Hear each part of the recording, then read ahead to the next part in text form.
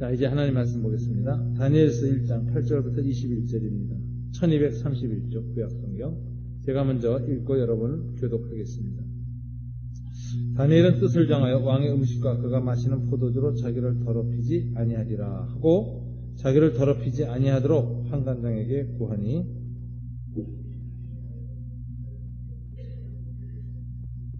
환관장이 다니엘에게 이르되 내가 내 주 왕을 두려워하노라. 그가 너희 먹을 것과 너희 마실 것을 지정하셨거늘 너희 얼굴이 초췌하여 같은 또래의 소년들만 못한 것을 그가 보게 할 것이 무엇이냐. 그렇게 되면 너희 때문에 내 머리가 왕 앞에서 위태롭게 되리라 하니라.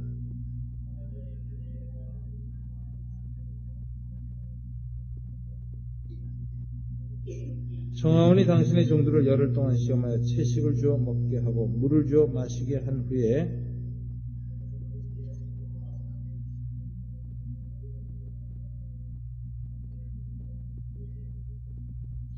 그가 그들의 말을 따라 열흘 동안 시험하더니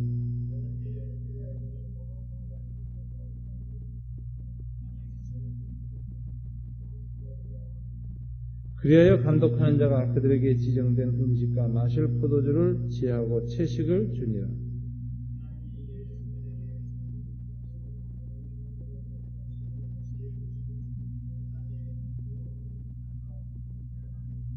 왕이 말한 대로 그들을 불러들일 기한이 찼으므로 환관장이 그들을 느부갓네살 앞으로 데리고 가니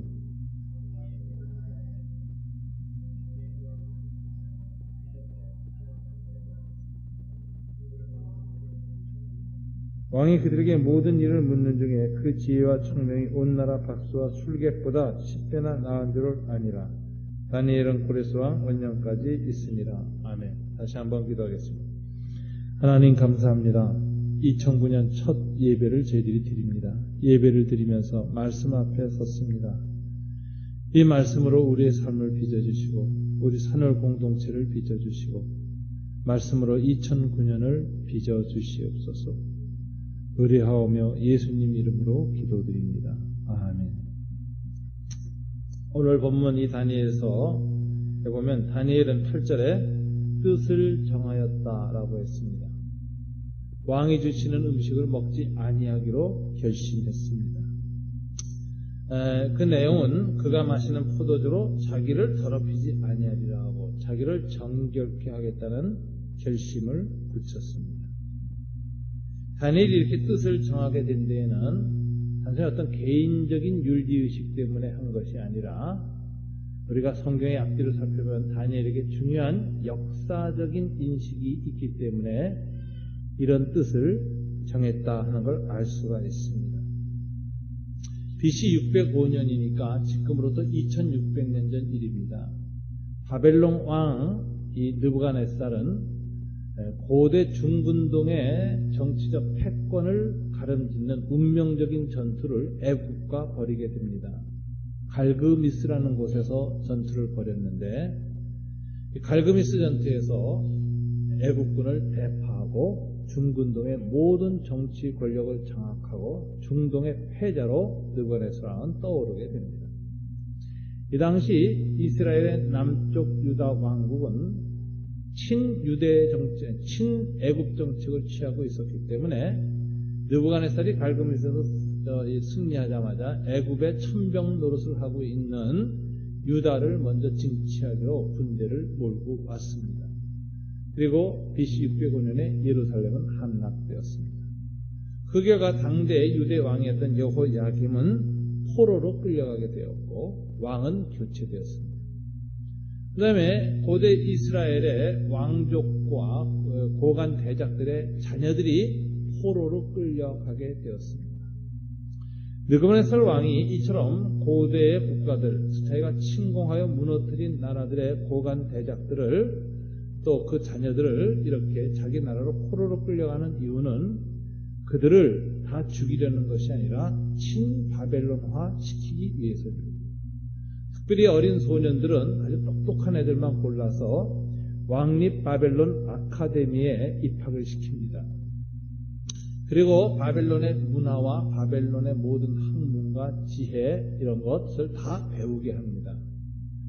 그래서 바벨론의 문화에 정통하고 자기 나라의 언어나 문화에도 정통하고 그리고 자기 고국의 중요한 인적 네트워킹을 갖고 있는 사람들을 세워서 고대 바벨론 왕국의 정치 말하자면 비서관으로 쓰는 겁니다. 오늘날 청와대 비서실이나 백악관의 수석 보좌관들처럼 그렇게 사용하는 겁니다. 그렇게 함으로써 고대 중근동의 여러 지역에 대한 바벨론의 제국의 통치를 온전히 실행하려는 목적에서 그렇게 소년들을 끌고 가서 대력합니다. 이 다니엘은 BC 605년 포로로 돼서 끌려가면서 많은 고민과 갈등을 했을 것입니다.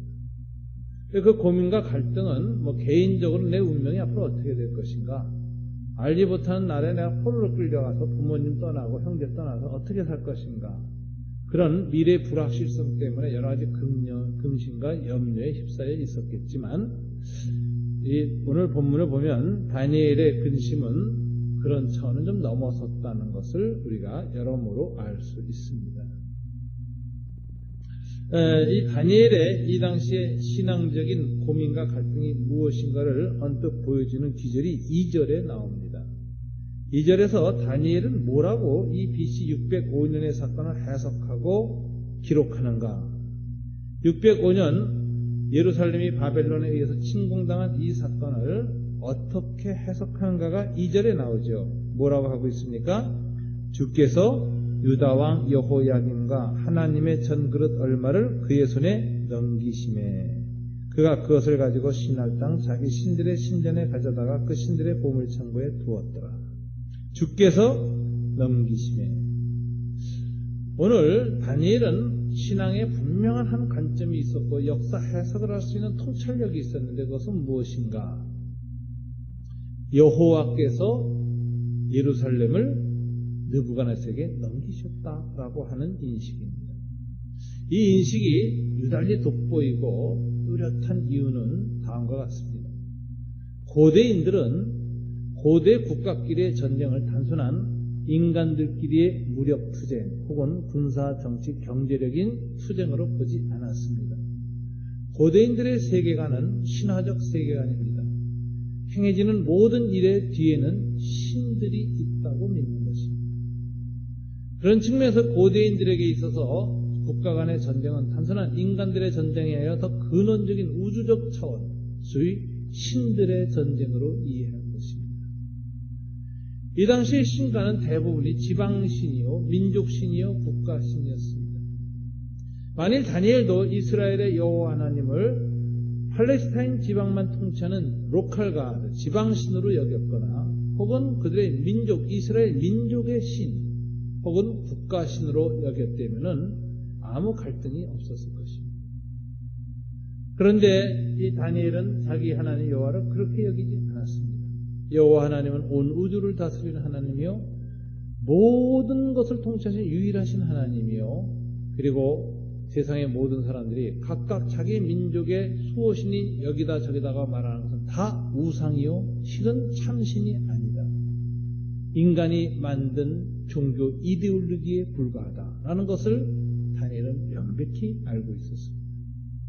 그래서 온 우주의 왕들을 세우시고 흩으시는 게 다 하나님이 하시는 일이다라고 생각하는 것입니다. 만일 다니엘이 그 당시 다른 사람들처럼 이처럼 지방신, 민족신, 국가신의 개념으로 여호와를 이해했다면 아무 갈등이 없을 것입니다. 왜? 바벨론의 국가신 마르독 혹은 벨이라고 이름 불려진 신, 바벨론은 다신론입니다. 그렇기 때문에 그 주신들이 가끔 서열을 바꿔서 등장해요. 그러나 어떤 이 바벨론의 이 신이, 이 전쟁의 신이 승리했기 때문에 예루살렘이 함락된 것이라고 생각하면 아무 갈등 없이 바벨론 신을 섬기게 될 것입니다. 왜요? 한 지방신에 불과하다면 더 강한 신을 섬겨야 하는 것입니다. 여호와가 이 민족신에 불과하다면 바벨론 민족의 신인 마르독이 더 강대하고 강한 신이니 그를 섬기는 거 아무 문제되지 않습니다. 그런데 다니엘은 그럴 수가 없었습니다. 그가 아는 여호와는 민족신, 지방신, 국가신이 아니었기 때문에 바벨론 사람들이 섬기는 그들의 수호신 마르둑은 오히려 우상이요 거짓된 신이라는 것을 알고 인간이 만든 신화체계에 불과하다는 것을 다니엘은 알고 있었습니다. 그러므로 다니엘은 어떻게 이 사건을 해석하느냐, 예루살렘 함락 사건을 여호와께서 느부갓네살에게 넘긴 것이지 여호와가 힘이 없고 무력해서 바벨론 신에게 져서 예루살렘이 붕괴된 것이 아니라는 이런 탁월한 여호와 하나님의 통치에 대해서, 우주적 통치에 대해서, 온 열방을 다스리는 그 하나님에 대한 신앙을 갖고 있었습니다. 다니엘은 이처럼 예수 그리스도로 이제 완성되어질 이 하나님의 나라가 구약에서 여호와의 왕권, 여호와의 우주적 통치권으로 인식되어지고 그것을 바라보고 믿고 있었는데 이 신앙을 갖고 있는 한 가지 문제가 생기는 겁니다.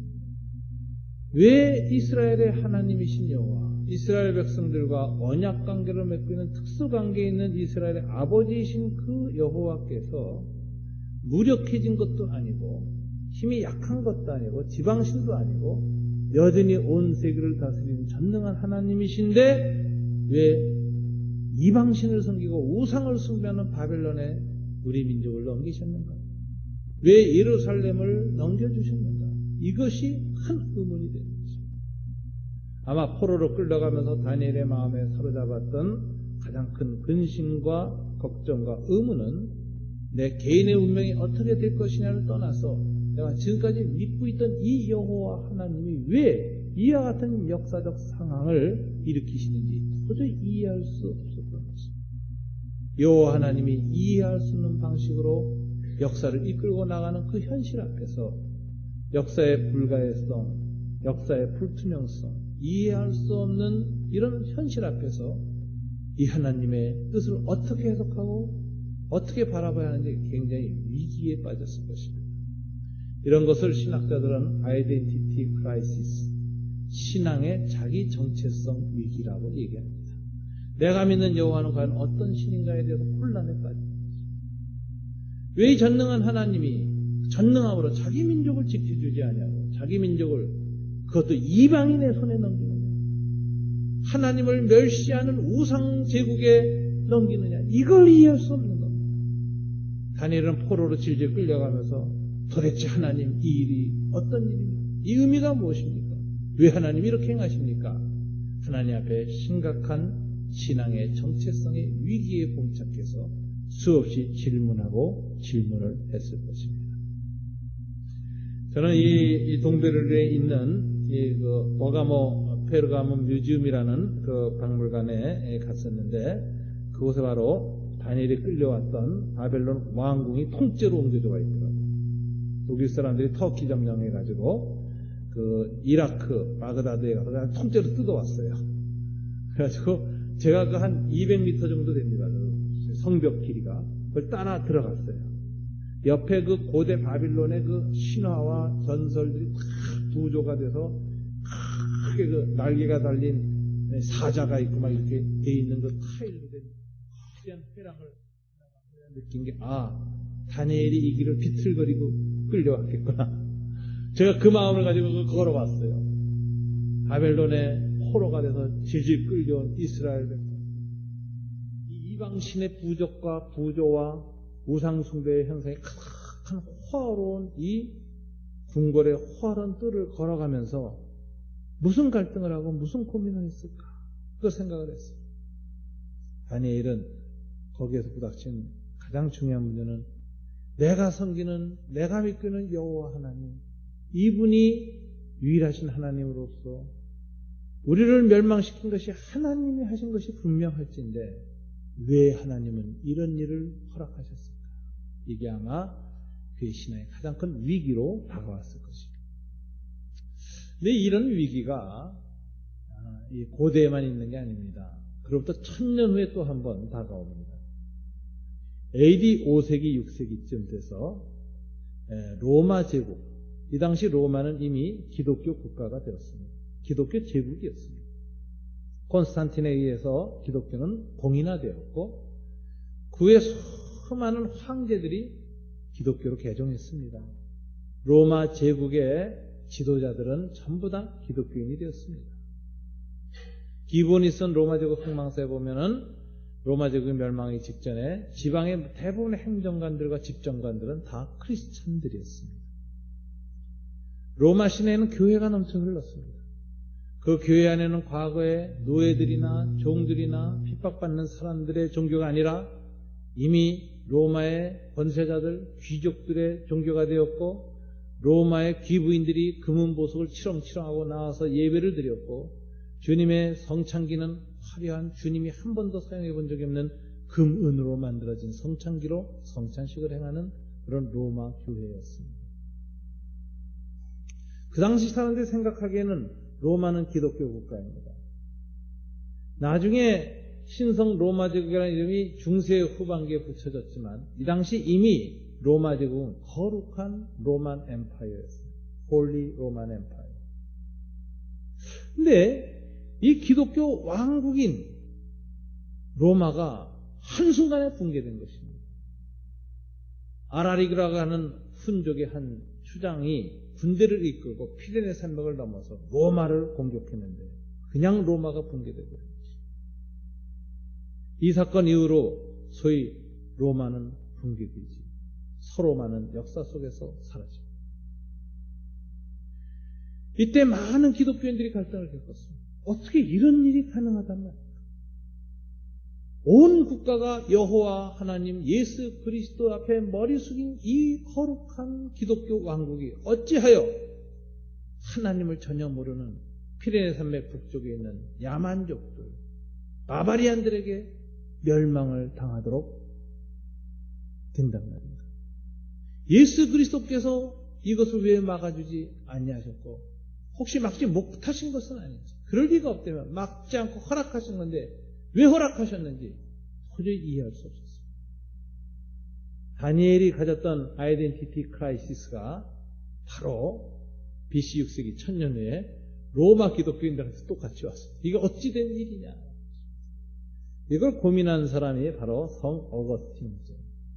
어거스틴은 자기 시대의 로마가 붕괴되는 모습을 보면서 하나님의 나라와 이 땅의 왕국들과의 상관관계는 어떻게 되느냐 이 문제를 고민한 겁니다. 역사의 진행 문제에 대해서 고민한 것입니다. 그래서 유명한 기독교 역사 철학, 기독교 역사 신학에 담겨진 유명한 책을 쓰게 되는데 그 책은 신의 도성, City of God라는 책입니다. 하나님의 왕국이라는 책이죠. 이 책을 통해서 어거스틴은 다니엘처럼 고민했습니다. 왜 하나님은 기독교 왕국인 로마 제국을 이처럼 처참하게 붕괴시키는가? 여기에 담긴 하나님의 뜻이 무엇인가? 이걸 묵상하는 중에 어거스틴은 다니엘서에서 바로 그 대답을 찾았습니다. 다니엘서에 보면 하나님이 다니엘에게 한 꿈을 느부갓네살 왕이 본 꿈을 해석해주는 놀라운 일이 일어납니다. 다니엘이 보니까 느부갓네살 임금이 봤던 꿈은 하나님께서 이후에 중근동 역사를 어떻게 이끌어 가실까를 보여주는 세계 역사를 이끌어가는 경륜이 나타난 계시적인 꿈이었습니다. 느부갓네살이 한 우상을 보았습니다. 거대한 우상이 들판에 서 있어요. 근데 이 우상의 재료가 각각 다른 거예요. 머리는 금으로, 두 어깨는 은으로, 배 이쪽은 동으로, 그 다음에 양 두 다리는 철로, 그 밑에는 이렇게 발가락들이 딱 이렇게 있는데 진흙 같은 것으로 되어 있습니다. 이런 거대한 우상이 있는데 그 다음 사건은 더 무섭습니다. 한 돌이 공중에 붕 뜨는 거예요. 근데 머리서부터 제대로 격파해서 부서뜨리는 겁니다. 그리고 발가락까지 다 붕괴시키고 그 무너진 우상의 그 모든 조각들이 바람이 불어서 다 사라지고 난 다음에 그 자리에 그 뜨인 돌만 딱 남는데 그게 점점 커지면서 온 세계에 가득 차는 이상한 환상을 보았습니다. 이 환상을 하나님이 다니엘을 통해서 해석을 해주시는데 이렇게 해석해 주는 것입니다.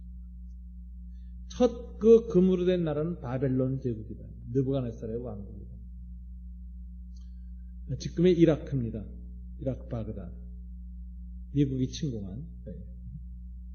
두 번째, 이 바벨론 왕국을 무너뜨리고 중근동의 그 다음 제국의 패자가 된 사람은 누구냐? 메디아 왕국과 페르시아 왕국입니다. 나중에 페르시아가 메디아 왕국을 흡수합니다.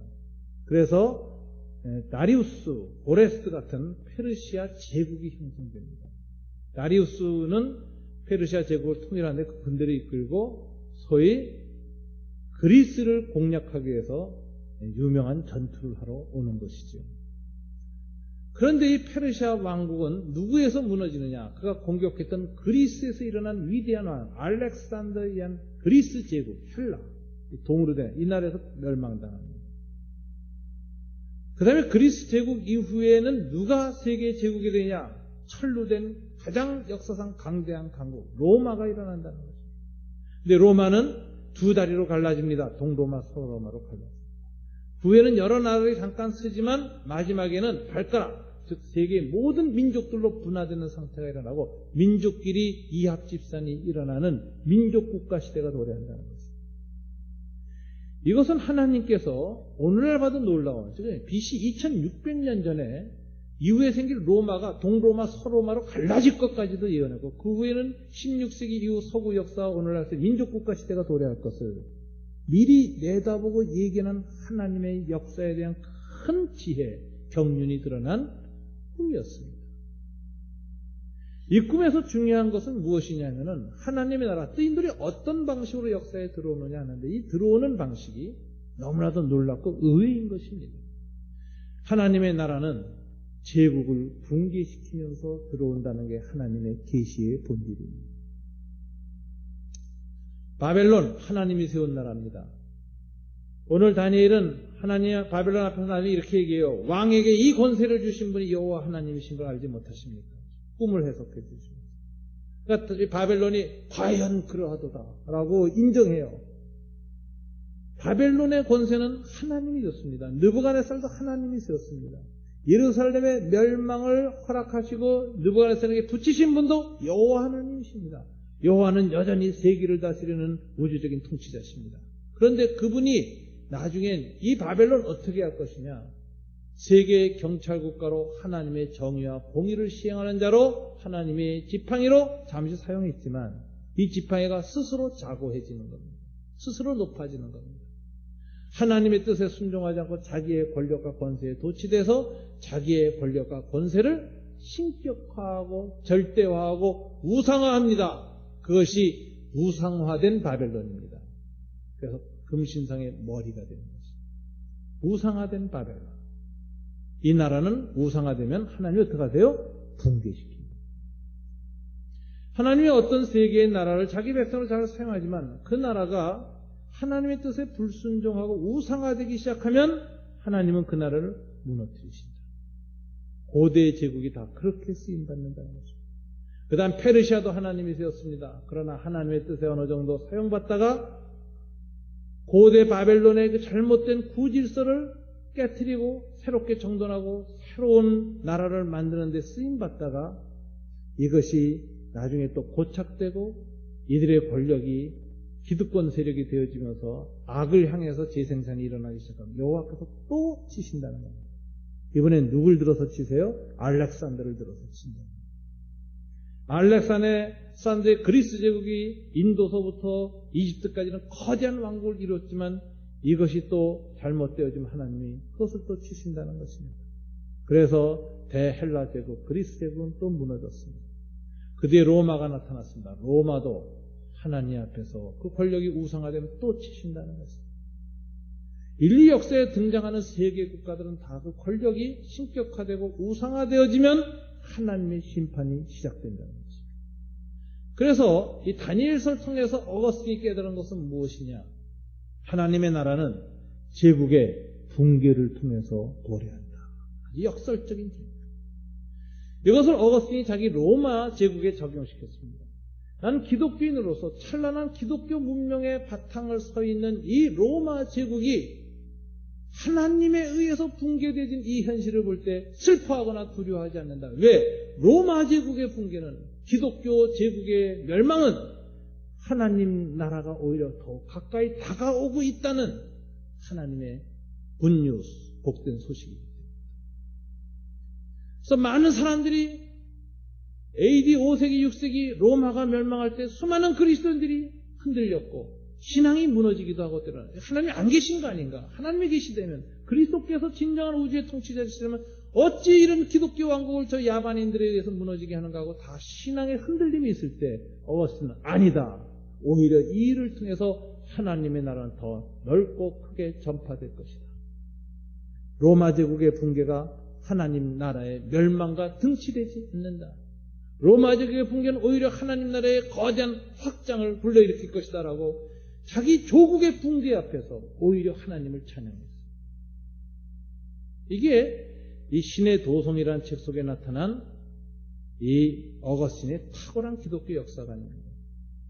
역사는 그의 예언대로 됐습니다. 로마를 침공했던 바바리안들, 영국의 브리티시, 또 켈트족들, 프랑스 지방 독일에 있던 고울족들, 그 다음에 동방에서 온 동유럽 쪽을 차지했던 훈족들, 이런 사람들이 다 피레네 산맥을 넘어서 로마를 침공했지만 로마에 와서 그들은 복음을 받게 됐습니다. 로마 제국의 멸망 때문에 그 고난 속에서 순전하게 다니엘처럼 연단된 거룩한 종들이 일어나게 됐습니다. 로마의 풍요보다는 로마의 몰락과 고난 속에서 진정한 신앙인들이 나타나기 시작했습니다. 이 사람들이 수도사가 되어서 바바리안족 선교를 위해서 위대한 선교운동을 시작합니다. AD 8세기의 수도원 선교운동입니다. 수도사들이 끊임없이 순교를 당하며 고울족, 바바리안족들의 마을로 들어가서 예수 그리스도를 전합니다. 성 페트릭, 성 보니페우스 같은 위대한 선교사들이 나옵니다. 그 결과로 1000년이 지난 후에 전 유럽은 기독교 문명을 받고 있습니다. 로마는 무너졌지만 기독교 하나님의 나라는 오히려 확장되었습니다. 어거스틴이 내다본 이 역사가는 역사 속에 정말 실현되기 시작했습니다. 제가 오늘 왜 이 두 사람의 신앙의 위기, 아이덴티티 크라이시스에 대해서 설명을 하느냐 하면 오늘날이 바로 그 같은 위기의 또한 시간이기 때문에 그렇습니다. 미국은 청교도들이 세운 나라입니다. 미국은 20세기의 기독교 국가입니다. 미국은 20세기의 대로마 제국입니다. 미국의 대통령들은 취임할 때 전부 성경 위에 손들고 취임합니다. 미국의 정치, 경제, 사회 모든 문화는 기독교적 가치에 의해서 세워졌습니다. 최근에 오바마가 대통령으로 당선되는 거 보면서 미국의 기독교적 가치가 얼마나 탁월한 것인가를 우리는 보고 있습니다. 미국 사람들의 마음속에서 그들이 추구하는 가치는 민족이나 인종을 얼마든지 건너뛸 수 있는 그 탁월한 보편적 가치를 갖고 있다. 그걸 오바마 당선자가 우리에게 보여주고 있습니다. 미국은 기독교 국가입니다. 청교도들이 세운 나라입니다. 그런데 문제는 이 미국이 지금 붕괴되고 있다는 것입니다. 미국의 월가를 중심으로 일어나는 이 경제 위기는 우리 신앙인들이 보기엔 누가 넘겨준 것입니까? 누가 무너뜨리고 있습니까?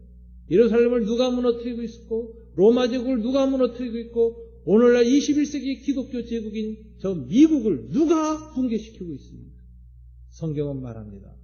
여호와께서 느부갓네살에게, 여호와께서 아라빅에게, 여호와께서 이 미국이라는 거대한 기독교 국가를 붕괴시키는 것입니다. 이 붕괴의 소식 앞에서 우리는 두렵고 떨릴 것이 아니라 오히려 하나님 나라가 도래하고 있다는 더 깊은 믿음의 눈을 가지고 바라볼 수 있는 역사 신학적 통찰력을 가져야 합니다. 이게 다니엘의 신앙의식이요, 어거스틴의 역사의식이요, 오늘날 21세기 우리 그리스도인들이 가져야 되는 역사를 해석해야 되는 눈입니다. 왜 하나님은 이스라엘을 무너뜨리셨고 왜 로마를 무너뜨리셨고 지금 미국을 붕괴시키는 일을 시작하고 계실까요? 이유는 단 하나입니다. 그곳에 살던 하나님의 백성들이 타락했기 때문입니다. 이스라엘 왜 하나님이 바벨론에 넘기셨을까요? 우상 숭배입니다. 겉으로는 야훼를 숭배하지만 실상 그들이 우상화하고 섬겼던 것은 풍요의 신인, 풍요의 신, 그 다음에 쾌락의 신이었습니다. 아세라, 쾌락의 신입니다. 농사의 풍요의 신, 바알과 아세라를 그들은 섬겼습니다. 바알은 풍요, 성장, 부요함의 상징입니다. 아세라는 쾌락의 상징입니다. 풍요와 쾌락을 보장하는 이 농경신인 바알과 아세라를 깊이 섬겼는데, 이것은 여호와 하나님을 섬긴다고 겉은 말하지만 실제 마음속은 세상을 섬긴 것입니다. 세상의 풍요의 이데올로기와 쾌락이라고 하는 것을 극대화하고 그것을 추종하는 삶의 경향이 깊어진 것입니다. 이스라엘은 세속에 물들었습니다. 이스라엘은 우상숭배에 깊이 빠졌습니다. 하나님은 이 이스라엘, 우상숭배에 빠진 이스라엘을 정련하고 새롭게 하기 위해서 이스라엘 왕국을 파괴하시는 것입니다. 그 왕국 안에 있는 성전의 기명을 파괴하시는 것입니다. 자기 성전을 불태워버리시는 것입니다. 그러면서 이스라엘의 신앙 속에 있는 바로 우상숭배, 그것을 철저히 제거하시는 것입니다. AD 5세기, 6세기에 로마 그리스도인들도 마찬가지였습니다. 이 당시 경경하는 크리스천들은 로마를 떠나기 시작했습니다. 로마는 이미 타락한 기독교의 본산이 되었습니다. 이들은 북아프리카와 아시아 지역의 광야와 동굴과 사막으로 가서 수도원을 만들고 로마 기독교를 돌아보지 않았습니다. 그 당시 쓰여진 책들은 이런 말을 합니다. 초대 기독교는 은과 금, 돈과 보물은 없었어도 나 있는 것으로 내게 주느니 나자렛 예수의 이름으로 일어나 걸으라고 하는 성령의 능력이 있었다. 그러나 오늘날 로마 기독교는 금과 은은 풍성하지만 예수의 이름으로 사람들을 치유하고 일으킬 수 있는 능력은 상실했다. 이게 어거스틴 당시의 로마 기독교의 모습이었습니다. 하나님은 그 로마 기독교를 그냥 두지 않았습니다. 자기 왕국을 파괴하는 과정을 거쳐서라도 그들을 다시 거듭나게 하려는 고난의 연단 속으로 몰아넣었습니다. 이것이 아랄에게 의한 로마 침공이라는 유명한 역사적 사건. 하나님이 하신 일입니다. 오늘날 월가가 왜 붕괴하고 있고 미국 중심의 경제체제가 왜 붕괴하고 있습니까? 미국은 청교도들이 세운 나라고 기독교 정신으로 그동안의 그 모든 자본주의를 잘 견뎌왔는데 2차 세계대전 이후 미국 자본주의는 제국적 자본주의로 바뀌었고 청교도적 자본주의를 벗어났습니다. 미국의 자본주의는 군수산업을 기초로 한 자본주의가 되었고 무기를 판매하고 무기를 개발하고 무기산업, 군수산업을 중심으로 전 세계 경제를 독점하는 그런 체제를 가졌습니다. 냉전 체제를 거치면서 전 세계 무기 생산의 중심이 되었고 그것을 전쟁이 벌어지는 모든 나라에 팔아먹으면서 거대한 권력과 자본으로 올랐었습니다. 그리고 그것을 바탕으로 해서 금융질서를 재편하고 세계 금융시장을 지배했습니다. 이 자본주의라는 건 굉장히 위험한 것입니다. 왜냐하면 자본주의는 인간의 부패성에 가장 잘 맞는 시스템이기 때문에 그렇습니다. 왜 사회주의가 자본주의하고 견디지 못하고 패배했는가? 사회주의는 인간의 부패성을 잘 모르는 낙관주의적 인간관을 가졌기 때문에 실패한 겁니다. 인간을 이데올로기 교육을 통해서 인민 대중을 위해서 살 수 있는 사람으로 개조시킬 수 있다고 믿은 겁니다. 노동 영웅이 나올 수 있다고 믿은 겁니다. 사회주의적 인간이 뉴맨이 창조될 수 있다고 믿은 겁니다. 그런데 그것은 인간을 모르는 착오였습니다. 막스의 착오는 인간에 대한 낙관성에 있었습니다. 인간은 예수님이 말씀하신 것처럼 돈을 하나님처럼 숭배하는 존재입니다. 인간은 철저하게 타락한 존재입니다. 그렇기 때문에 이데올로기나 정치체제의 교육으로 사회 시스템으로 절대로 인간은 거듭나지 않습니다. 인간은 여전히 악하고 여전히 이기적이고 여전히 물신숭배적인 존재입니다. 그런 인간한테 자본주의는 너무나도 아름다운 체제입니다. 너무나도 매력적입니다. 무한한 이기심으로 노력해서 돈을 무한히 축적하고 소유할 수 있는 사회 시스템입니다. 개인주의죠. 자본주의와 개인주의가 결합된다가 자유주의가 결합했습니다. 무한히 자유롭게 소유할 수 있는 시스템. 그러니까 인간의 소유욕을 굉장히 극대화시켜주는 시스템입니다. 그걸 통해서 인간을 노동하게 만드는 거예요. 두 번째는 소유욕만 갖고는 안 돼요. 부자만 만들어서 안 돼요. 가진 다음에 써야 됩니다. 소비를 시켜야 됩니다. 이 소비를 많이 시킬수록 돈이 잘 돌아서 자본주의 시스템이 유지돼요. 소비시키려면 소비가 단순해서는 안 돼요. 이걸 복잡하게 계층화해야 됩니다. 그래서 한 끼에 10,000원짜리 식사 먹는 사람부터 해가지고 1불짜리 식사 먹는 사람까지 만들어내야 돼요. 이걸 계속 서열화 계층화해야 됩니다. 그럼 비행기 타보십시오. 똑같은 그 좁은 공간에서 날아서 가는데 1등석과 2등석과 3등석 사이는 커튼을 쳐놓고 가지도 못하게 합니다. 이게 말하자면 자본주의 귀족이라는 거죠. 백자, 부장, 남자, 평민. 딱 서열화됩니다. 모든 사회 시스템이 그렇습니다. 옷도 귀족들이 입는, 이 자본주의 귀족들이 입는 옷은 한 벌에 몇 억씩 하는 명품입니다. 한정 생산판입니다. 소비를 계층함으로써 소비 욕구를 무한 자극하고 이렇게 소비해야 행복하다는 자본주의 행복론이 펼쳐지고 있습니다. 예수님의 팔복은 가난한 자가 복이 있나니 애통하는 자가 복이 있나니인데 자본주의 팔복론은 소유가 많은 자가 복이 있나니 많이 소비하는 자가 행복하나니 거꾸로 되어져 있습니다. 이런 문화와 문명의 추동당에서 끊임없이 소유욕과 소비욕구가 양쪽에서 가동되어져야 세계가 돌아가는 것입니다. 미국은 엄청난 소비 공장입니다. 이게 가동이 돼야 중국이 생산해서 중국도 살고 일본도 생산한 자동차 다 팔아먹어서 살고 한국도 껴서 사는 겁니다. 근데 이 나라의 중심에 지금 소비가 무너지는 것입니다. 그러니까 중국도 경기 침체, 일본도 경기 침체, 우리도 경기 침체로 와요. 세계가 다 지금 함께 무너집니다. 이유는 뭐냐? 미국이라고 하는 이 자본주의 질서의 중심에 있는 두 스피릿은 소유와 소비라는 두 욕구가 거대하게 우상화되어서 움직이는 체제이기 때문에 현대판 우상숭배입니다. 미국 기독교는 여기에 침묵했습니다. 미국 기독교는 여기에 항복했습니다. 미국 기독교는 이것을 받아들였습니다. 가장 대표적인 케이스는 미국의 교회들이 자본주의화됐다는 것입니다. 미국의 교회들은 오늘날 쇼핑몰을 닮아가고 있습니다. 거대한 돈을 들여서 시설이 좋은 예배당과 시설이 탁월한 수많은 주차장을 확보한 좋은 건물을 짓습니다. 이것을 컨피던스, 편의성이라는 거죠. 원스톱 쇼핑이 가능합니다. 온 가족이 다 한 차 들고 와서 딱 주차시키고 내려서 다 흩어서 자기의 종교적 욕구에 맞는 좋은 프로그램에 다 들어가서 한 타임 때 다 하고 동시에 나와서 나올 수 있습니다. 얼마나 편리합니까? 좋은 목사님들 좋은 영적 프로그램 많이 만들어서 수없이 많은 클래스를 만들고 수많은 이것을 욕구를 채워주는 거예요. 그래서 미국의 교인들은 이제 동네 교회 안 갑니다. 큰 쇼핑몰 같은 교회로 다 옮겨갑니다. 이 현상에 대해서 미국의 많은 선지자적인 성경학자들과 이 신앙인들이 경고하기 시작합니다. 미국 교회는 자본주의 기독교다. 미국 교회는 교인들을 하나님의 백성으로 여기지 않고 종교 소비자, 영적 소비자로 여긴다.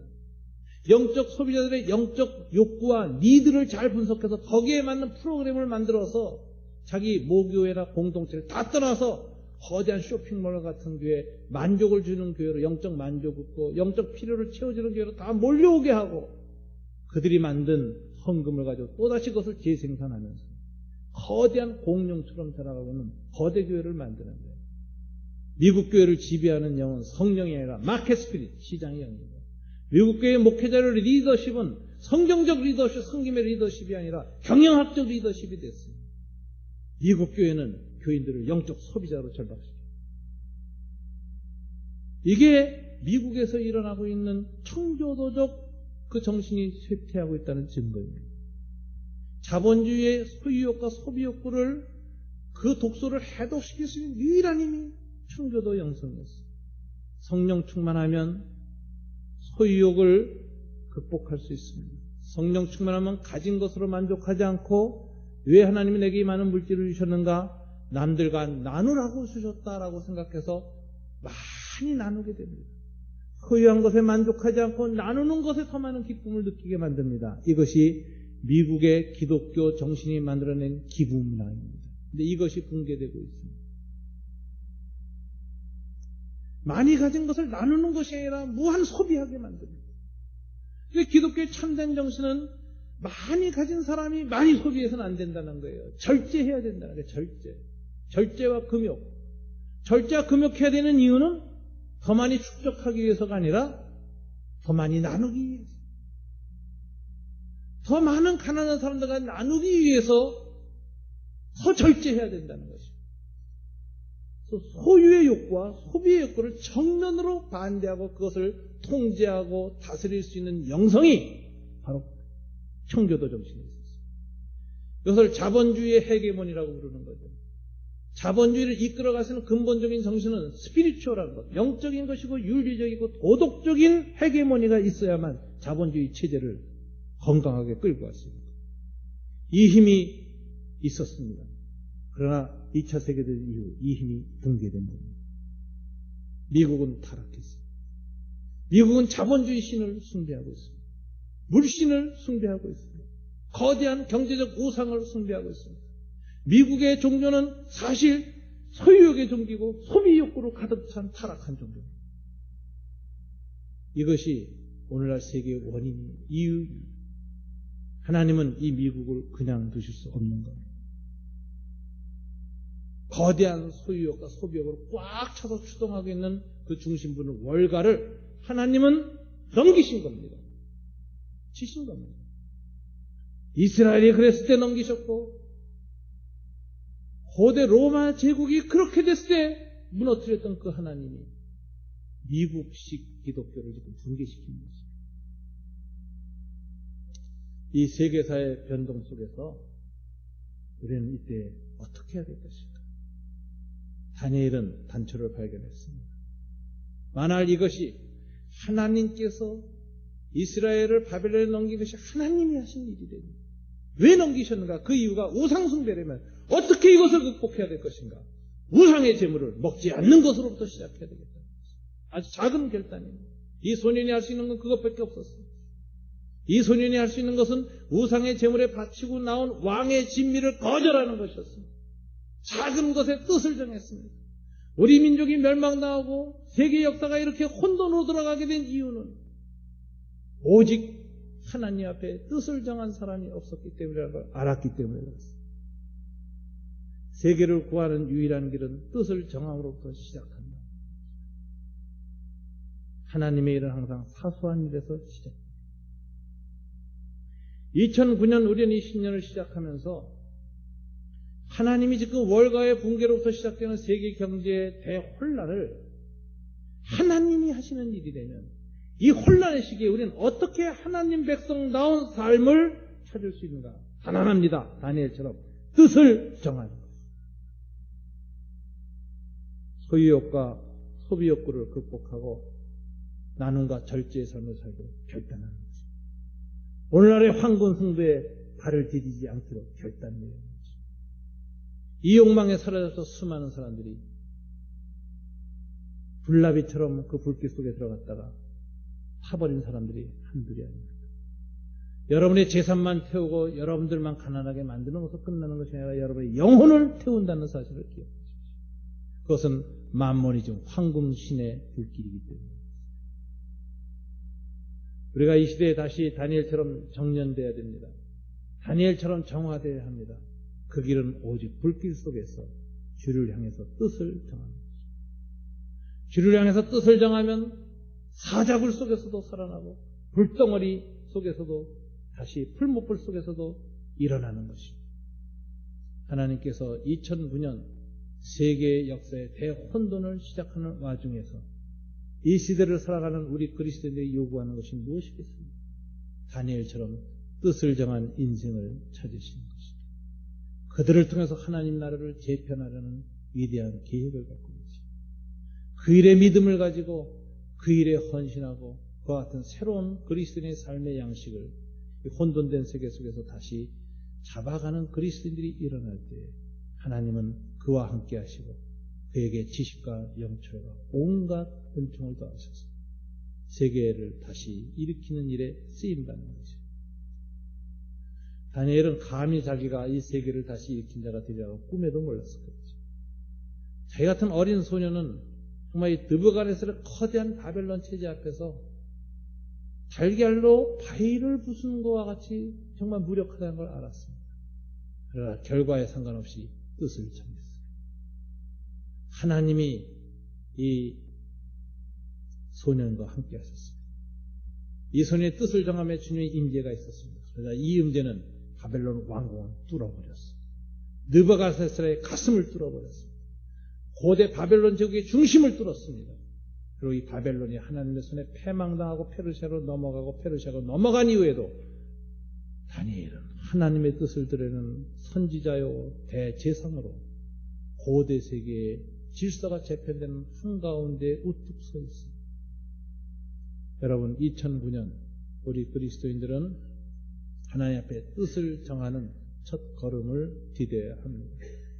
혼란이 올수록 미국이라는 미국 중심의 세계 경제 체제가 흔들리고 무너지는 때일수록 우리는 더욱 하나님의 뜻이 무엇인가 살피고 세상 방식이 아니라 우상 숭배가 아니라 이 시대를 향한 하나님의 뜻을 가만히 물어보면서 뜻을 굳게 작정하고 나 홀로라도 주님 원하시는 삶의 방식을 체득하겠다. 우리의 라이프 스타일을 바꾸기로 결단 내릴 때 하나님은 저와 여러분과 함께 하시는 것입니다.